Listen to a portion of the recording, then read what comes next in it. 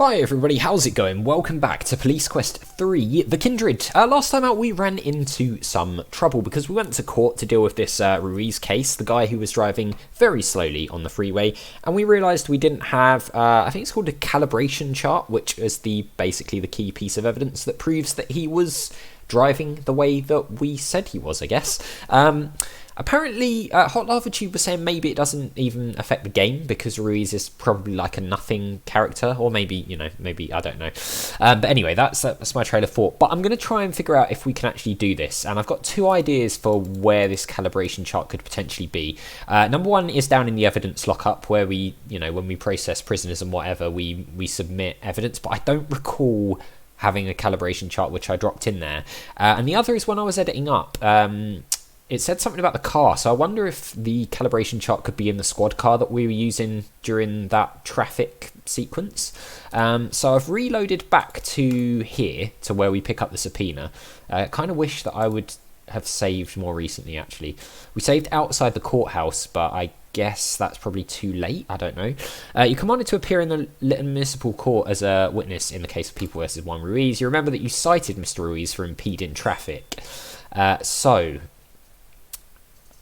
Don't suppose there's like a case number or anything, actually, thinking about it.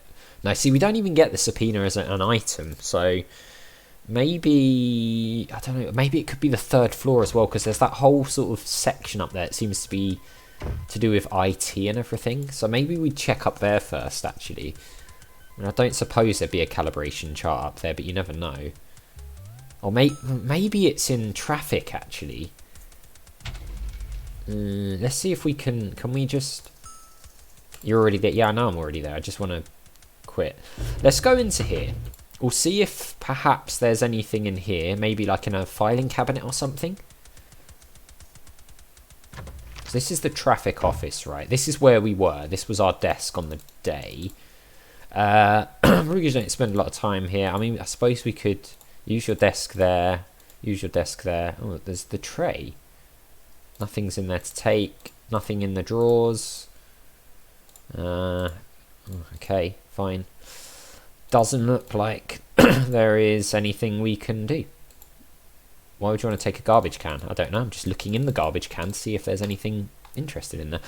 Alright, so I'm guessing it's not in here then. So that's the thing. I mean, I'm assuming that we haven't soft-locked ourselves, of course. It might be that the calibration chart was something that we needed at the time, right after we, gave Ruiz the ticket, or I think we gave him a ticket. I can't honestly remember. Whatever it was, I'm hoping we didn't need to get a calibration chart and submit it at that time, because if we did, we're pretty screwed. So that was a long time ago. So what's going on up here again? This is Mike's desk. Mike, do you know anything about calibration charts? His working says, listen, Sergeant, I'm a very busy person. Alright, fine. This is just IT, right? Dispatch. Mike's cabinet. Yeah, I'm thinking it's not here. So I guess we go down to the basement. Let's check the squad car first, because we'll be right next to it. I mean, can we even open this now? Will it even let us in the squad car? Okay, it does. Fine. So what have we got around here? Tracking screen. Tracking device? Or any other moving object that has a tracking device been attached to it. It's the computer. Can we... You don't drive black... Okay, so we can't even start this car up, so that's a thing. There's nothing... High-tech computer. We've got the glove compartment. Car records. Okay, what's this? It's a speedometer calibration chart. Yes, okay. A service record for this car's speedometer. Departmental policy requires that all speedometers be calibrated every 90 days. Thinking about your upcoming court appearance, you wisely decide to take the speedometer calibration chart with you. Yes! Oh, I'm so glad we're not soft-locked. Oh, okay. I can breathe a big sigh of relief now. Right, okay. Calibration chart. Woo, okay. Oh, I was really thinking we might have to reload a long time ago. So we've got the calibration chart. Let's go. I don't think we grabbed anything else before we went to the court. Morales, yeah, here comes Morales. She's going to come with us. Let me get my map again. So I think it was like 2 blocks east, yeah, and then, yeah, okay, fine. So it's 1328. So we're going southbound. So we want to go west when we get a chance here. And then we want to head across to 8th, and then we want to go west again. So I know I drive really slowly, and some of you guys are probably watching this thinking, for goodness sake, speed it up, Turian, but I don't want to overshoot the junctions and go around in circles, so better to be cautious, right? Alright, here's 8th. This is where we want to go. Okay, so the court should be, yeah, Lytton Court, here we go. Lytton Court. Now, 1339. That takes 1 minute to get here. I'll be waiting for you in the car, boss. Okay. Let's save as Lytton Court 2 or something then. This is going to be the part, right, where I'm going to feel really happy with myself. And we're going to get in and we're going to give the calibration chart, and then it's going to be like, it's going to say something like, okay, very good. Now, where else is this piece of evidence that you did so and so, and we're not going to have it. So I'm going to enjoy the victory while it lasts, but something tells me we probably missed something. Anyway, let's sit down and do this, shall we? Do we actually have it in our inventory? Take the witness chair. Yeah. We know about this. Judge Simpson. Yeah. Bailiff says, yeah, be seated. Yeah, we can do that. Fine, we're seated. Judge Simpson says, call your first witness. Sonny Bonds. Also, Daredevil was laughing at the fact that I had to do the whole pledge thing, and I was like, yeah, sure. Like, a very lack of conviction in my agreeing to tell the truth and nothing but the truth. Officer, yeah, raise your right hand. We absolutely will tell the truth. Don't you worry about that. Sergeant Bonds. Right, let's take to the stand. Can we can save. Nice. Right, let's save there. Is this the lady doing the typewriter thing? I'm guessing it is. Officer Bonds, you issued a citation to one Jose Ruiz. Is that correct? It is correct. Can I just have a look? Okay, yeah, we've got the calibration chart there. Yes, that's correct. Officer Bonds, do you see Mr. Ruiz anywhere in the courtroom? You point out Mr. Ruiz and say, that's the man there, seated at the defendant's table.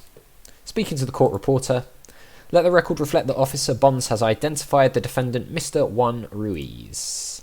Officer Bonds, would you please describe the events which led up to your issuing a citation to Mr. Ruiz? Yes, we can. Certainly. I had routine traffic duty that day. I'd been on duty for about 6 hours patrolling the highway when I drove up on a line of slow-moving cars in the fast lane. I pulled around them in the slow lane, and when I reached the head of the line, I saw Mr. Ruiz in a 1958 Ford Fairlane.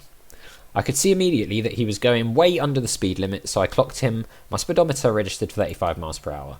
That's a lie, man. I'm sure you're not allowed to do that, are you? Just like, yeah, okay. Irritated Judge Simpson Rapso Gavel. You're out of order, Mr. Ruiz. You'll have a chance to sell your side of the story in due time. Officer Bonds, could you show the court the speedometer calibration chart for the police vehicle you're operating that day? Of course I can, because I'm a good police officer and I had this ahead of time, sir. You hand the calibration chart to the Deputy District Attorney. Here it is. Let the record note that the admission of evidence of one calibration chart... Okay, yeah, I just made that up. I basically read something completely different. I have no further questions, Your Honour. Good. Your witness, Mr. Meyer? I have no questions for this witness, Your Honour. You may step down now, Officer Bonds. Fantastic. Let's hope there's nothing else that we needed. Mr. Ruiz, please step forward and be sworn in. Here he comes. Not there, obviously. I'm assuming he's... the music. Mr. Ruiz, please raise your right hand. Yeah. He's going to tell the truth. Please state your name for the court. Juan Jose Ruiz. Let's see if he tells the truth. Can you briefly tell us what happened that day, Mr. Ruiz? I was just driving, Your Honour. Not doing nothing. I'm a very careful driver. I don't do no showing off or nothing in my ride. I wasn't speeding. I wasn't going slow. I wasn't doing... I mean, you were going slow. The thing says it. These cops just don't like Chicanos, man. And that's the truth. He'd have busted me if I was going 54. Your witness, Mr. Cannon. I have no questions for this witness, Your Honour. Do you have anything further to say, Mr. Ruiz? No, Your Honour. Any closing arguments? No, Your Honour. No, Your Honour. Then I'll proceed with my decision. You may step down, Mr. Ruiz. I like his little theme that plays. It's really good. Based on Officer Bond's testimony and the evidence submitted, I find the defendant guilty. Yay! Nice job, Officer Bonds. Thanks. And we did that first try as well without any reloading, as far as these people know at least. Save scumming is my best friend. Right, let's go. Are we? Yeah, we're out of court. Nice. Okay. So, let's call it, I don't know, sentenced. I mean, he hasn't really been sentenced, has he? He's been found guilty, but whatever. Technicalities. Let's jump into the car and I guess we go back to the office again. Not really sure what else we would do. What's going on? You notice Morales checking her watch. She suddenly says, "Yo, Sonny, drive me over to the mall real quick, would you? I gotta make it. Seriously, what is this about? We had to do this yesterday as well." Grudgingly, you drive Morales to the mall. Sit tight, boss. I'll only be a minute. She seems in an awful hurry this time. She's even neglected to take her purse with her. Well, well, well. Well, well, well. More with Breeze 2. Let's have a look at this, shall we, while she's gone. Pat's purse rests between the seats. She keeps a key attached to the handle.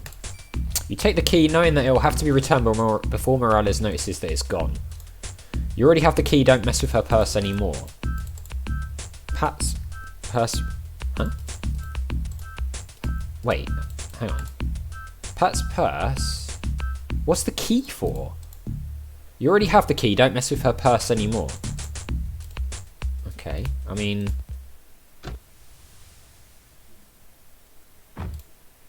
So she's using the phone again. Some of the malls are undergoing renovation. We looked at these before, didn't we? Army Recruiter's Office. Zach the Keymaker. Can we get a copy of this key made? I'm thinking maybe we do that. I get the feeling that this could all be like some big trap. What can I do for you?